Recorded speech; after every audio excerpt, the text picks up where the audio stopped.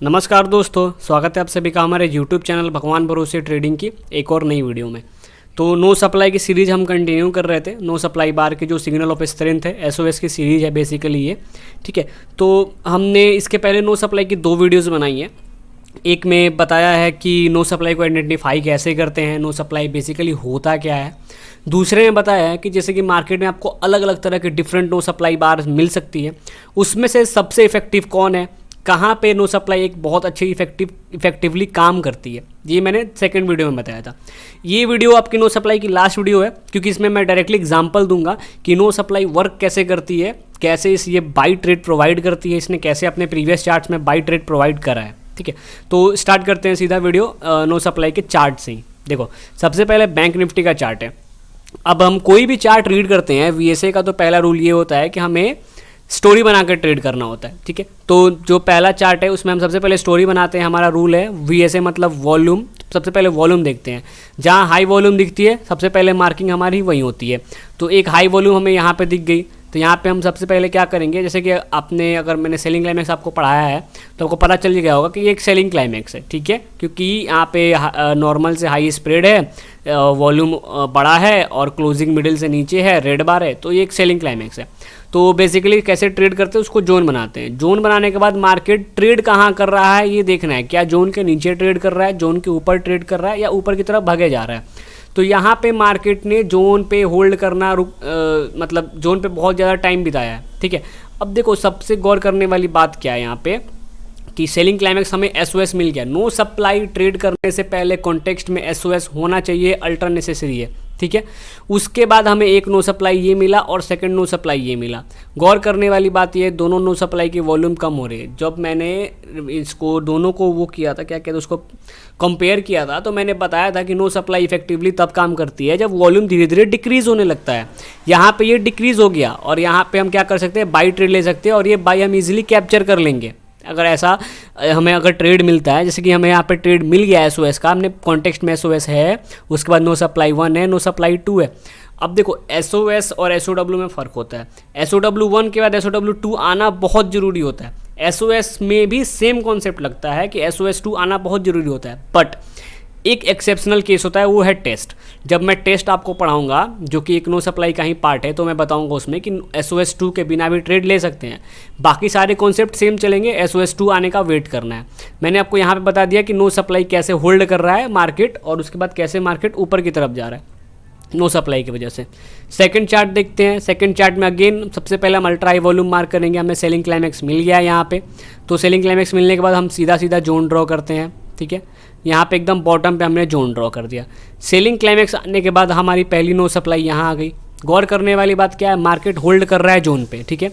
तो दोबारा अगर रीटेस्ट करता है जोन पे और हमें सिग्नल ऑफ स्ट्रेंथ मिलता है तो मार्केट ऊपर की तरफ जाएगा, ठीक है।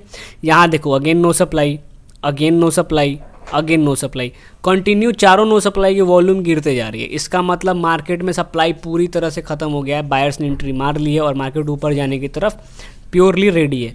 क्यों? क्योंकि 1, 2, 3 और ये 4 चारों नो सप्लाई के वॉल्यूम कंपेयर करो, मार्केट वॉल्यूम गिरते जा रहा है। मतलब सेलर्स का इंटरेस्ट टोटली ख़त्म हो चुका है, मार्केट में बायर्स ने एंट्री मार ली है। ये बार आपको देख के पता चल गया होगा कि इसमें वॉल्यूम ज़्यादा है सेलर से।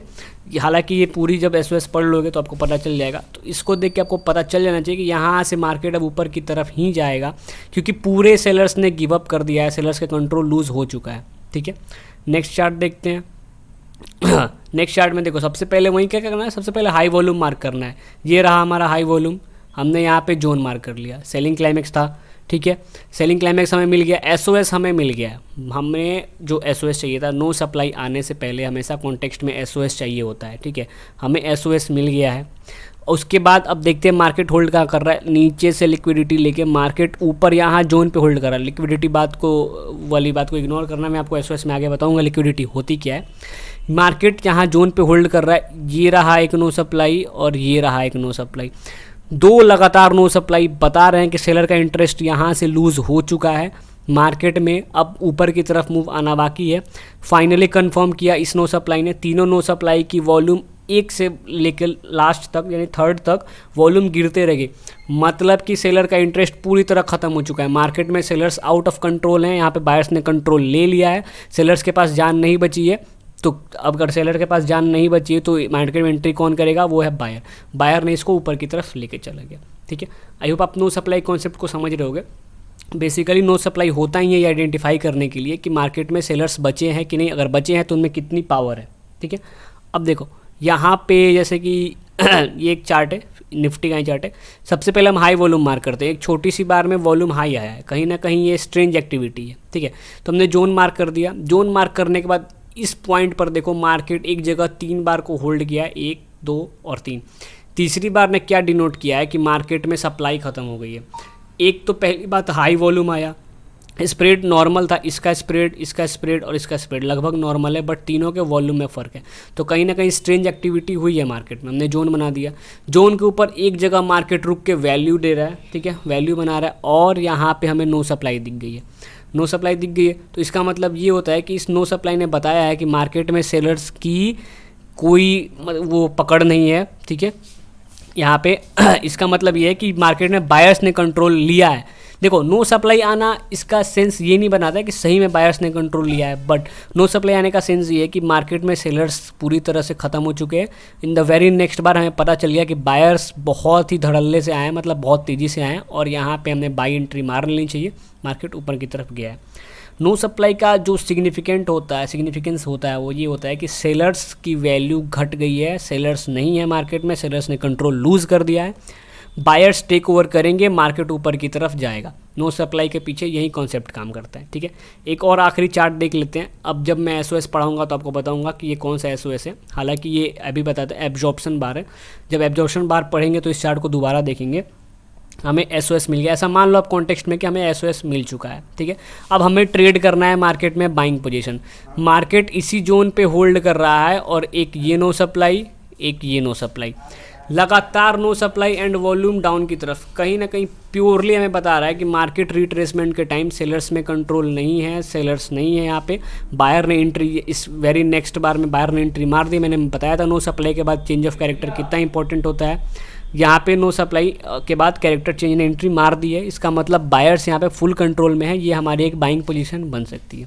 निफ्टी में इतनी बड़ी पोजीशन तो बहुत, ऑप्शन ट्रेडिंग में तो बहुत बड़ी होगी। ठीक है, तो नो सप्लाई के लिए हमारे पास यही था। नो सप्लाई, आई होप आप समझ गए होंगे कि अब नो सप्लाई में आपको कुछ समझने की ज़रूरत नहीं है, आपको आइडेंटिफाई करना आ गया है, आपको कैसे ट्रेड करते हैं वो समझ में आ गया, कहाँ नो सप्लाई को पहचानना है वो समझ में आ गया। मिलेंगे आपसे नेक्स्ट वीडियो में। नेक्स्ट वीडियो में हम बनाएंगे आपको एसओएस का जो अगला पार्ट होगा। नो सप्लाई ख़त्म करके अब सीधा टेस्ट पे जाएंगे, टेस्ट के बारे में समझेंगे कि टेस्ट क्या है, कैसे काम करता है। तब तक के लिए मिलते हैं आपसे नेक्स्ट वीडियो में। बाई ट्रेड मत लेना, अभी सेल ट्रेड आप ले सकते हो, बाई के लिए वेट करो जब तक एसओएस ख़त्म ना हो जाए। ठीक है guys, bye bye, take care.